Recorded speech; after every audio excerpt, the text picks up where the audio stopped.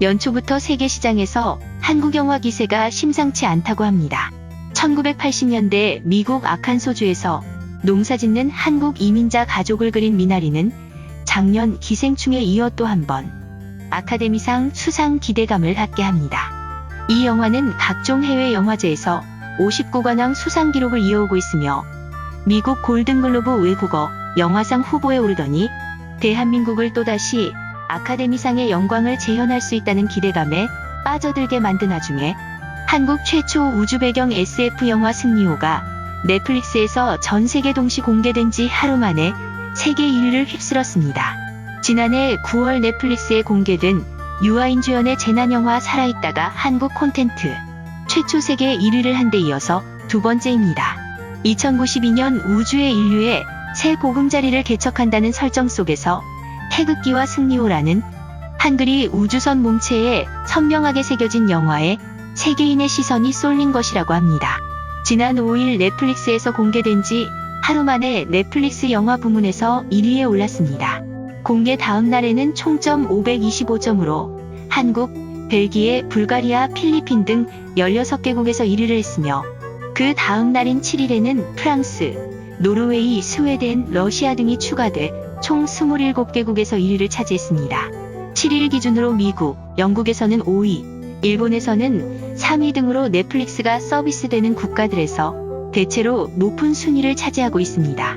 승리호는 2009년 영화 남매의 집으로 데뷔했고 영화 늑대소년으로 이름을 알린 조성희 감독이 연출한 웹툰이 원작인 한국 최초의 우주 SF 영화를 야심차게 표방한 작품입니다. 조성희 감독은 앞서 늑대소년, 탐정 홍길동 사라진 마을, 짐승의 끝, 단편 남매의 집까지 장르 반복 없이 항상 새로운 이야기와 형식을 선보여왔습니다. 대한민국 최초 우주 SF 블록버스터 승리호는 제작비만 240억 원인 대작으로 원래 지난 여름 개봉될 예정이었습니다. 하지만 신종 바이러스 감염증으로 인해 개봉이 미뤄지면서 극장 대급 대신 넷플릭스행을 택했습니다. 결국 어쩔 수 없는 선택이 신의 한 수가 되어 전 세계 관객들을 동시에 만날 수 있게 되면서 일종의 전화위복을 맞이한 셈입니다. 조성희 감독과 2012년 늑대소년으로 706만 관객을 동원한 송중기가 돈이 되는 일이라면 뭐든지 하는 조종사 태호 맡았습니다. 송중기는 말이 필요 없는 대한민국 탑배우 중 한 명입니다. 영화, 드라마, MC, 예능까지 종횡무진하던 중 태양의 후예 유시진 대위로 그야말로 대박을 터뜨렸습니다. 중국 동시 방송을 겨냥해 100% 사전 제작으로 진행된 드라마는 2화를 방영했을 때 조회수 1억을 넘기고 4화 방영 후에 별에서 온 그대의 기록을 갈아치우고 한류 드라마 1위 자리를 얻었습니다.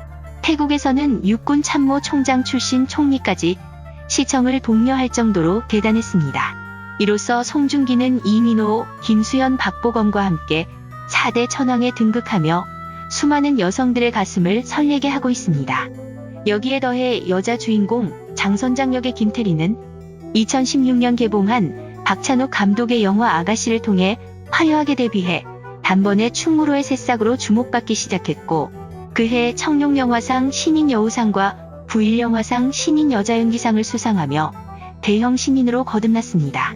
영화 1987과 리틀 포레스트를 통해 충무로의 주연 배우로 자리매김했고 이후 넷플릭스가 300억 투자한 김은숙 작가의 드라마 미스터 션샤인의 고혜신에 완벽하게 녹아들며 일제강점기 속 강단 있는 인물을 자신만의 방법으로 표현해내면서 시청자들에게 주연 배우로 완벽히 각인시켰습니다. 승리호는 신규 투자 배급사인 메리 크리스마스에서 투자 배급을 맡았습니다.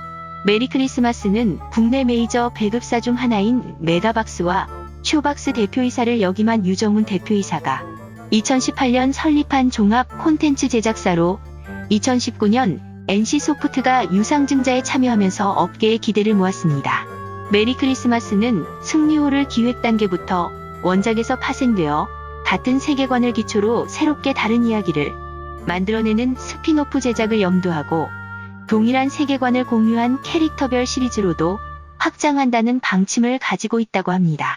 또 2월 17일 개봉 예정인 김영광, 이선빈 주연의 코미디 미션 파서블에 투자 배급 또한 맡았으며 이 밖에도 카카오엠 오리지널 드라마인 연애혁명과 85년생, 쌍년의 미학 등 기획개발 중에 있는 프로젝트 약 10건에 대한 진행도 차질 없이 이어갈 전망이라고 합니다. 이에 앞서 메리 크리스마스는 작년 11월 이미지나인컴즈가 경영권을 포함한 지분 51.56%에 대한 양수도 계약을 체결하고 최대 주주로 등극했습니다. 주식 격언에 늦었다 싶을 때 다시 한번 돌아봐라 라는 말이 있습니다. 승리호 관련주는 이미 한 번의 급등이 있었습니다. 하지만 인기가 사그라들지 않는 한 승리할 기회는 또 있을 거라 확신합니다. 승리호 관련주로는 위지익 스튜디오, 대성창투, 덱스터 등이 있습니다.